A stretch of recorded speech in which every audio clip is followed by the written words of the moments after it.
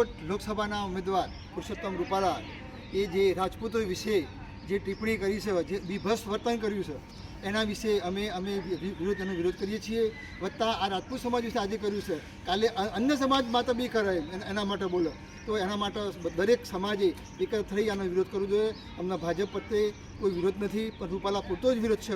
એટલા માટે અમે અમારા ગામની અંદર બધા ગ્રામજનો ભેગા થઈ અને ભાજપનો કોઈ પણ કાર્યક્રમ આવશે પ્રચાર છે તો અમે એનો પ્રવેશબંધી કરીશું. એના માટે અમે સખ્ત વિરોધ કરીશું. એના માટે અમે બેનર લગાવી અમે ભેગા થઈએ છીએ. એના માટે